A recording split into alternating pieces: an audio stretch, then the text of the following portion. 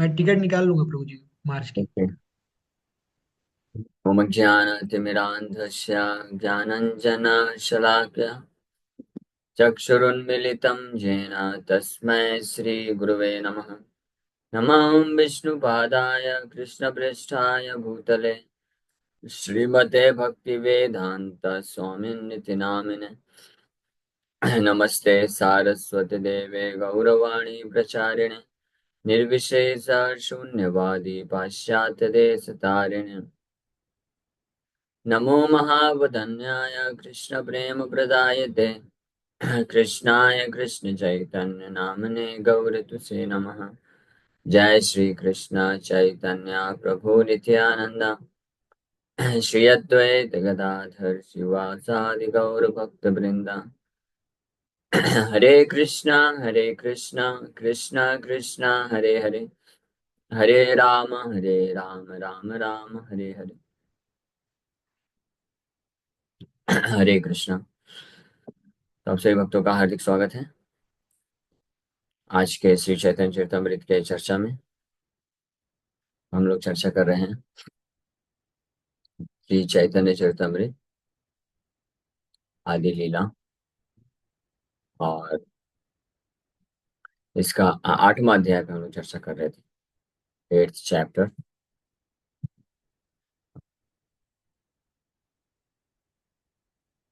ये प्रसंग चल रहा है। हेन प्रेम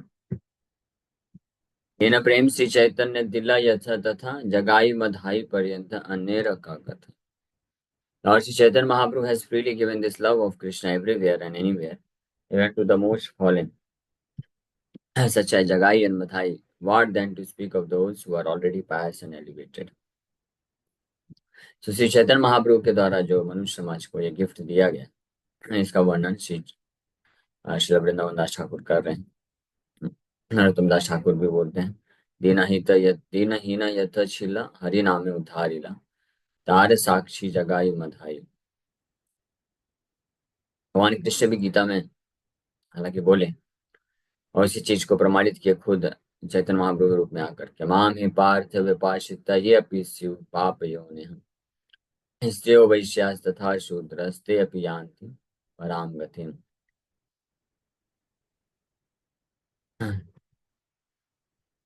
Lord Chaitanya Mahaprabhu delivered the two fallen brothers, Jagai and Madhai, but the entire world is presently full of Jagais and Madhais. Jagais and Madhais.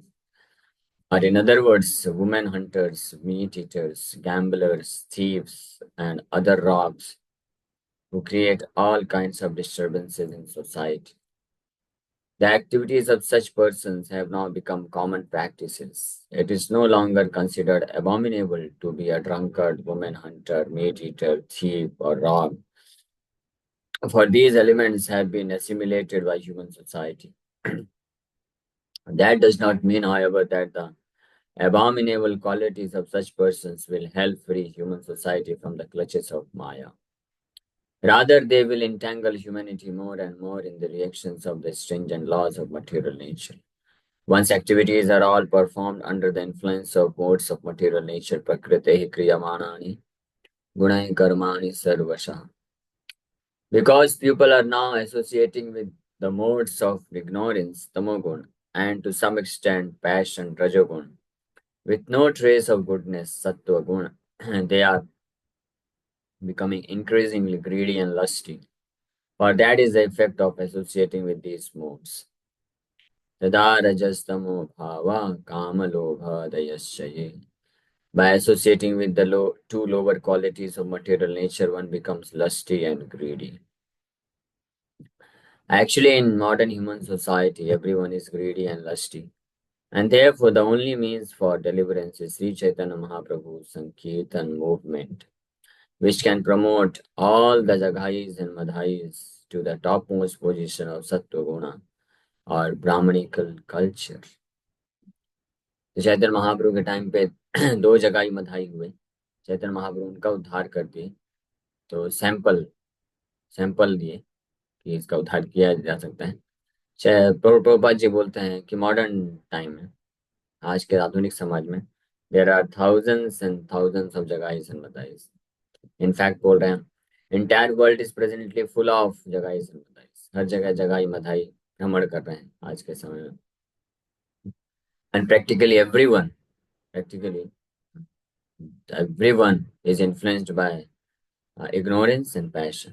तमोगुण रजोगुण से ही सब लोग एसोसिएटेड हैं, with no trace of goodness, थोड़ा भी goodness. तमोगुण और रजोगुण का लक्षण क्या है? ये लोग तदा रजस तमो भावा काम लोभ दयशय। रज और तम भाव मतलब नेचर, रजोगुण तमोगुण की प्रकृति से प्रभावित होने के कारण सब लोग कामी और लोभी हो चुके हैं। रजस रजोगुण के प्रभाव से कामी, लस्टी, एंड तमोगुण के प्रभाव से ग्रीडी, लोभ, दयशयी। ये स्थिति है, ये ऐसी स्थिति हो चुकी है कि इस ये दो जो कार्य हैं, to be lusty and greedy, कामी होना और लोभी होना, इसको गलत मानते ही नहीं आज के समाज के लोग। ये तो सोचते हैं कि ये तो सही है। जो व्यक्ति जितना ज्यादा पैशन दिखाता है, कि मुझे और पैसा चाहिए और पैसा चाहिए और पैसा कमाना है, तो उसको तो बल्कि और अच्छा माना जाता है। अरे वाह, जैसी इनको किनके किनके पास कितना पैशन है, कितना पैसा कमाना चाहते हैं और कितना मेहनत कर रहे हैं ये व्यक्ति। कोई जॉब धंधा, किसी कोई एक जॉब करता हो, वेरी नाइस, बहुत अच्छा है। अगर एक के साथ एक और पार्ट टाइम जॉब करता हो, रात रात को भी जॉब जॉब करता हो, तो उसको तो बोलते हैं वाह, ये तो बड़ा महान व्यक्ति है। महात्मा माना जाता है ऐसे व्यक्ति को जो खूब पैसा कमाने के लिए चक्कर में रहता है। ये स्थिति हो चुकी है। और as as far as lust is concern, तो लस्ट को तो लोग प्रेम समझते हैं, प्रेम उसको मानते हैं। उनको लगता है कि ये प्रेम की भावना है, प्रेम का आदान प्रदान है। But this is all lust, काम। इससे इसको लोग खराब मानते ही नहीं। ऐसी स्थिति हो चुकी है। तो इस स्थिति, लेकिन प्रभुपाद जी बोल रहे हैं कि केवल पूरा मनुष्य समाज भी इसको क्यों ना स्वीकार कर ले, ये काम और लोभ ये अच्छा माना जा रहा है, इसको अबॉमिनेबल, यानी ये घटिया कार्य है। इस बात को भले कोई ना समझ पाए, लेकिन इससे कोई मुक्त नहीं हो सकता है। प्रकृति के नेचर में तो फिर भी वो भटकता ही रहेगा। चैतन्य चरितमृत में बताया गया है, काम क्रोध दास्य भैया तार लाठी खान, भ्रमिते भ्रमिते जति साधु गुरु पान। काम क्रोध दास भ्रमित, भ्रमिते भ्रमिते यदि साधु वैद्य पान। काम क्रोधेर्दास हैया तार लाठी खाए, भ्रमिते भ्रमित जदि साधु वैद्य पान। तारा उपदेश मंत्रे पिशाचि पलायन, कृष्णा भक्ति पायत बे कृष्ण निकट जान। श्री चैतन्य महाप्रभु ये सनातन गोस्वामी को शिक्षा दे रहे हैं, बोल रहे हैं इन दिस वे, पूरा वर्णन किए पिछले कई श्लोकों में, और इस प्रकार से कंक्लूड कर रहे हैं। In this way, the conditioned soul becomes a servant of lusty desires, and when these are not fulfilled, he becomes a servant of anger and continues to be kicked by the external energy Maya। इस प्रकार से काम क्रोधेर दास्य हैया, काम और क्रोध का दास बन करके तार लाठी खाए, लाठी खाए, लाठी मीन्स लात, लात खाए। बंगाली में लात यानी पैर, किकिंग को लाठी बोलते हैं, लाठी खाए। So he is being kicked again and again by lusty desires and anger। लेकिन उसको लगता नहीं है, ये बड़ा दुर्भाग्य है। थोड़ा सतोगुण चाहिए, जिसके पास थोड़ा सा सतोगुण होगा वो समझ पाएगा कि मैं बारंबार ये लाठी खा रहा हूँ, लात खा रहा हूँ। काम और क्रोध है और लोभ है, काम और क्रोध तथो लो तथा लोभ, बस ये तीनों चीज। हाँ, इससे मैं लाठी खा रहा हूँ बार बार, तब वो प्रयास कर सकता है अपने आप को बचाने के लिए। काम, क्रोध और लोभ के लाठी को तो लोग समझते हैं कि ये तो बहुत अच्छी बात है, आनंद आ रहा है। तो फिर वो कैसे, तो माया की लाठी इस प्रकार से खाता है। फिर महाप्रभु बताते हैं, wondering and wondering throughout the universe, इस प्रकार से पूरे ब्रह्मांड में भ्रमण करते करते कौन भाग्यवान जीव, कोई बहुत भाग्यशाली जीव, if he may by chance get the association of devotee physician, साधु वैद्य पाए। डिवोटी फिजिशियन महाप्रभु कंपेयर करते हैं, साधु वैद्य अगर मिल गया तो हुज इंस्ट्रक्शंस एंड हिम्स में make the which of the external energy flee, जिसके आदेश, जिसके शिक्षा से, जिसके इंस्ट्रक्शन से, मार्गदर्शन से ये जो माया है, पिशाची माया, महाप्रभु बोल रहे हैं द विच, पिशाची माया पलाय, वो दूर भाग जाती है। फिर उसके बाद the condition of this gets into touch with devotional service to lord Krishna and in this way he can approach nearer and nearer to the lord. इस प्रकार से कृष्ण भक्ति पाए, कृष्ण भक्ति पाता है, तबे कृष्ण निकटे जाए, तब कृष्ण के निकट जा पाता है। तो इसीलिए साधु संग सर्व शास्त्र का है, लव मात्र साधु संग सर्व शास्त्र का है। इसलिए साधु संघ के बारे में वर्णन किया गया है। ये है the process of devotional service explain किया गया है।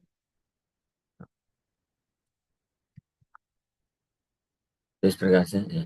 तो प्रभुपाद जी एक प्रवचन में बताते हैं कि Nityananda Prabhu and Gauranga Mahaprabhu, Gaur Nitai, they delivered one Jagai Madhai, एक जगाई मधाई का उद्धार किया।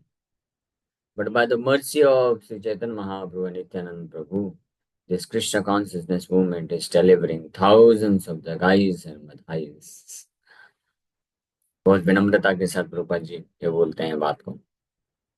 उद्धार किसने किया? प्रभुपाद जी की। प्रभुपाद जी वो शुद्ध भक्त हैं जिनके संपर्क में आने से हजारों हजारों जगाई मधाई प्रवृत्ति वाले व्यक्ति भक्त बन गए। ये प्रभुपाद जी बड़े विनम्रता के साथ बोलते हैं कि कृष्णा कॉन्शियसनेस मूवमेंट, कभी ये नहीं बोले, यहाँ तक ये भी नहीं बोले कि bye the mercy of Shri Chaitanya Mahaprabhu Nityanand Prabhu I am delivering thousands of जगाई मधाई। नहीं, by the mercy of Nityanand Prabhu Gaurang Mahaprabhu, we are delivering thousands of Jagai Matai। That is also a great humility, words of humility। Prabhupada ji बोले कि by the mercy of Sri Chaitanya Mahaprabhu and Nityanand Prabhu, this Krishna consciousness movement, this Krishna consciousness movement is delivering thousands of Jagais and सोचिए। हाँ, ये है Srila Prabhupada ji. He is not taking credit himself, credit दे रहे हैं। गौर निताय की कृपा से ये कृष्ण भावनामृत आंदोलन जिसमें अनेकों भक्त हैं, वो सब लोग जो है कृष्ण कॉन्शियसनेस मूवमेंट हजारों जगह मदाई का उद्धार कर रहे हैं। और कृष्ण कॉन्शियसनेस मूवमेंट क्या है? कोई भी जानेगा। कृष्ण कॉन्शियसनेस मूवमेंट में शिला प्रभुपाद, एवरीवन नोज इट। लेकिन प्रभुपाद जी कैसे बोल रहे हैं कि दिस कृष्ण कॉन्शियसनेस मूवमेंट, यानी कितने सारे मेंबर्स हैं वो डिलीवर कर रहे हैं। श्रीमद् भागवतम में बताया गया है, नष्ट प्रायेषु भद्रेषु नित्यं भागवत सेवया भगवती उत्तम श्लोके भक्तिर्भवति नैष्ठकी, तदा रजस्तमो भाव कामलोभादयस्य ये चेतैतरणावेद्धं स्थितं सत्त्वे प्रसीदति।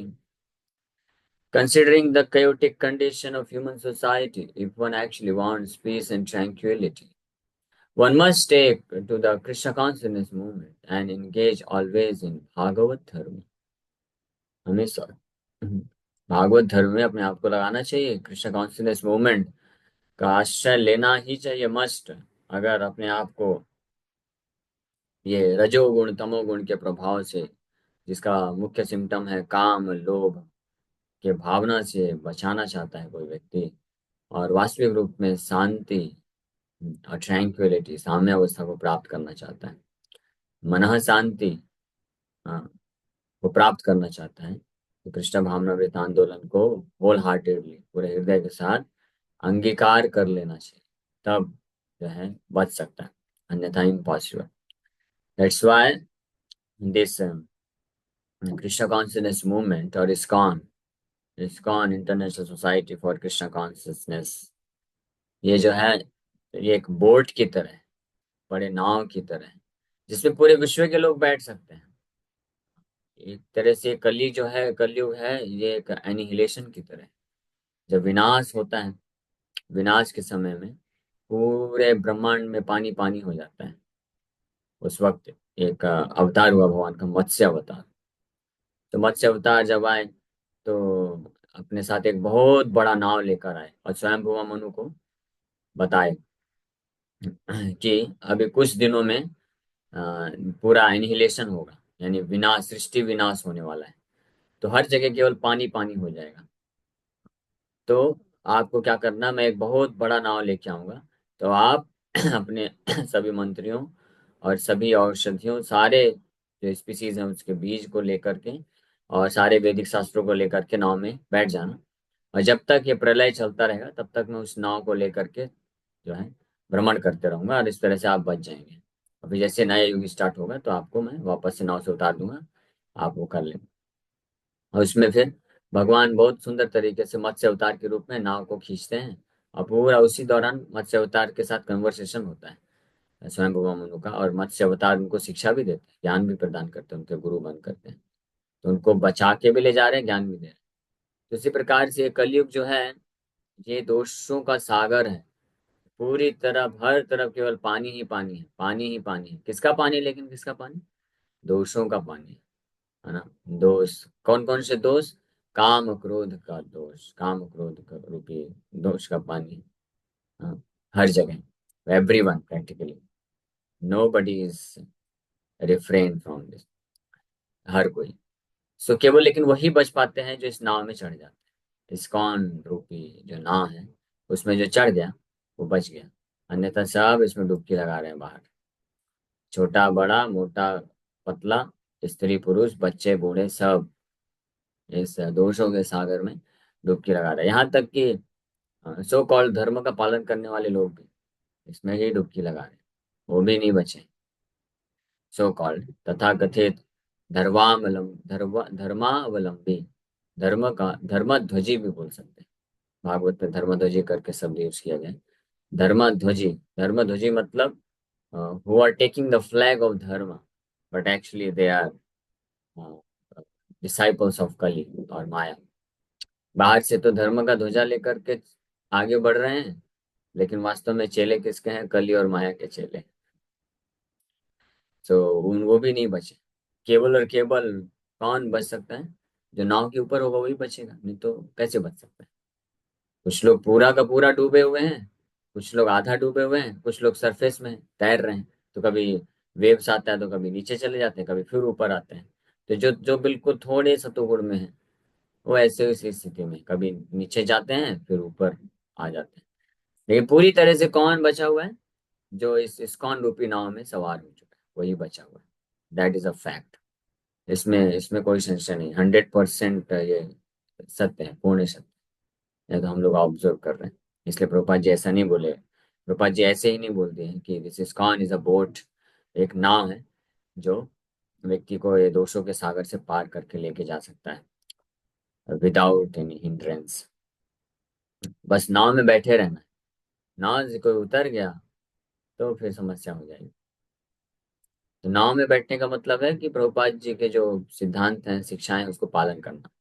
जो स्ट्रिक्टली 4 नियम पालन करने का प्रयास करता है, भक्तों के संग में रहता है, 16 माला का कम से कम जप करता है। श्री प्रभुपाद जी भगवान श्री चैतन्य महाप्रभु, गौरांग महाप्रभु, नित्यानंद प्रभु, राधा कृष्ण को अपना प्राण धन मानता है, अपना स्वामी मान के उनको सेवा में लगा हुआ है।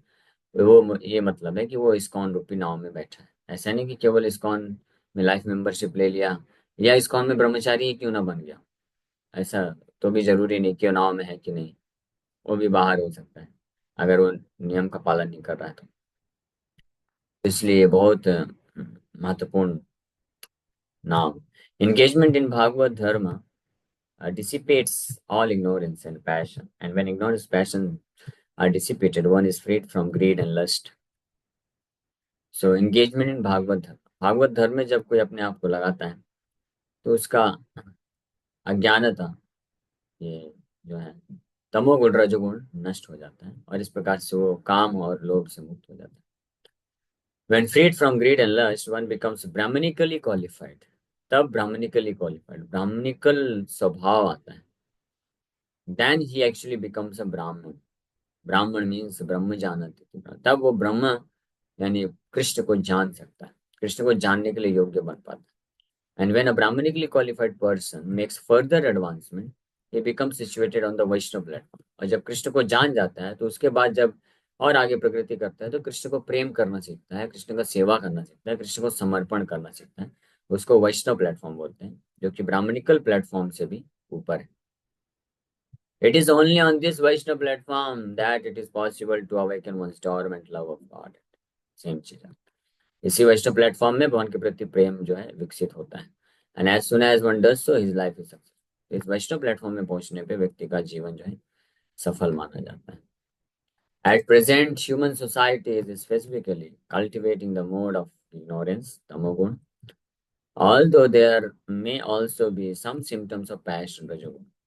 तो ज्यादातर इस मनुष्य समाज में ज्यादातर लोग तमोगुण को से ही प्रभावित होते हैं और कुछ मात्रा में रजोगुण। Full of calm and love, lust and greed, the entire population of the world consists mostly of Shudras and a few Vaishyas. And gradually it is coming about that there are Shudras only. तो last काम और लोग रजोगुण तमोगुण के प्रभाव से ज्यादातर पॉपुलेशन, ज्यादातर लोग शूद्र की कैटेगरी में है, यानी तमोगुण के प्रभाव में, और कुछ जो है वैश्य रजोगुण के प्रभाव में होते हैं। Communism is the movement of Shudras and capitalism is movement for Vaishyas. इसलिए तो इसका प्रमाण भी दे रहे हैं प्रभुपाद जी, हम लोग बस ऐसे नहीं बोल रहे हैं, दिस इज अ फैक्ट। पूरे विश्व में कम्युनिज्म फैल रहा है, क्यों? Because that is a movement of shudras. They don't want brahmanas and kshatriyas. क्षत्रिय मतलब मोनार्की, ब्राह्मण मतलब स्पिरिचुअल नॉलेज, तो इन दोनों को वो नहीं चाहते हैं। They only want shudra government, that is movement of communism. Capitalism means vaishya. So in the fighting between these two factions, the Shudras and Vaishyas gradually, due to the abominable condition of society, the communists will emerge triumphant, and as soon as this takes place, whatever is left of society will be ruined. जब दोनों के बीच, इसलिए दोनों के बीच में fight चलता रहता है, कम्युनिज्म एंड कैपिटलिज्म। कैपिटलिज्म वैश्य, तो शूद्रों की संख्या ज्यादा है तो कम्युनिज्म जो है जनरली जीत जाता है, और इसके कारण पूरा जो है समाज का तहस नहस हो जाता है। The only possible remedy that can counteract the tendency toward communism is the Krishna consciousness, which can give even communists the real idea of communist society. According to the doctrine of communism, the state should be the proprietor of everything. But the Krishna consciousness movement, expanding the same idea, accepts God as the proprietor of everything. People cannot understand this because they have no sense of God. But the Krishna consciousness movement can help them to understand God and to understand that everything belongs to God. Since everything is the property of God, and all living entities, not only human beings, but even animals, birds, plants, and so on, are children of God, everyone has the right to live at the cost of God with God consciousness. This is the sum and substance of the Krishna consciousness.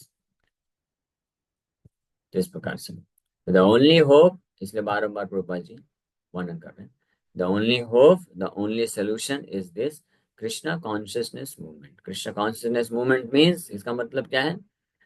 To accept that Krishna is the supreme proprietor, supreme personality of God, कि भगवान कृष्ण परम भगवान है, परम नियंता है, परम भोक्ता है और परम मालिक है हर वस्तु के, व्यक्ति के, स्थान के, परिस्थिति के, हर जीवात्माओं के। हाँ, और इस भावना से जब कोई उनको समर्पण करता है, और सभी को, न केवल मनुष्यों को बल्कि सभी जीव जंतु, पशु पक्षी, पेड़ पौधे, बिना डिस्क्रिमिनेशन को उनको भगवान की संतान समझ करके उनको अलाउ करता है इस पृथ्वी में सरलता पूर्वक रहने से, तो इस प्रकार से व्यक्ति ये जो है रजोगुण तमोगुण के प्रभाव से मुक्त होकर के अपने आप को काम क्रोध के उससे दुसंग से मुक्त कर सकता है और रिलीफ पा सकता है।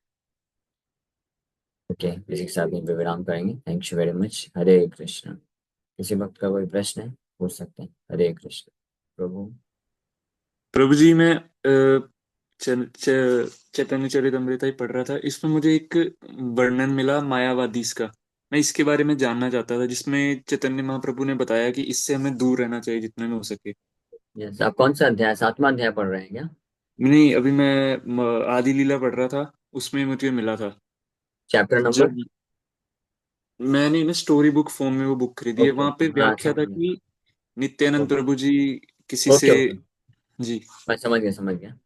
जी। सो मैं शॉर्ट में बता देता हूँ, लेकिन इसको आपको विस्तार से अगर जानना है तो हाँ चैतन्य जी। चरितमृत आदि लीला 7th चैप्टर, जी। उसको पढ़े। उसमें बहुत विस्तार से महाप्रभु वर्णन करते हैं। और हम इसके ऊपर क्लास ऑलरेडी हम लोग अभी 8वां अध्याय कर रहे हैं, 7वां अध्याय किए हैं। तो इसमें आपको टाइटल में मिल जाएगा, बहुत जगह मायावादी के ऊपर खंडन महाप्रभु किए हैं, और वो चैनल में प्राप्त कर सकते हैं। अनंत रूप गौरदास प्लेलिस्ट में जाइए, चैतन्य जी। चरितमृत गौर कथा। तो 7th आदि लीला 7th चैप्टर। तो मायावाद एक मिसकंसेप्शन है, जिसमें व्यक्ति जब ये सोचता है कि भगवान कृष्ण का जो दिव्य नाम है, रूप है, गुण है, लीलाएं हैं, उनका जो भी व्यक्तित्व है, दैट इज मेड ऑफ माया, वो माया से बना है। भगवान कृष्ण भी गीता में इस प्रकार के भ्रामक, भ्रमित करने वाले सिद्धांत के बारे में वर्णन करते हैं। अवजानन्ति मां मूढ़ा, भगवान तो डायरेक्ट बोलते हैं मूढ़ा, rascals, those who are rascals, foolish people, they think अवजानन्ति मां मूढ़ा मानुषम तनुम आश्रिता। वो सोचते हैं कि मैं मनुष्य का शरीर लेके आया हूँ। परम भावम अजानन्ति, they do not understand my spiritual nature. परम भाव, परम भाव मीन्स स्पिरिचुअल नेचर। परम भावम अजानन्तो मम भूत महेश्वरम, कि मैं I am the supreme controller of all living entities, all the material and spiritual planets. तो जो इस बात को नहीं जानता है कि कृष्ण जो है वही परम ब्रह्म है, तो वो मायावादी कहलाता है। तो मायावादी अलग अलग, ये बेसिक का फंडामेंटल मिसकंसेप्शन है।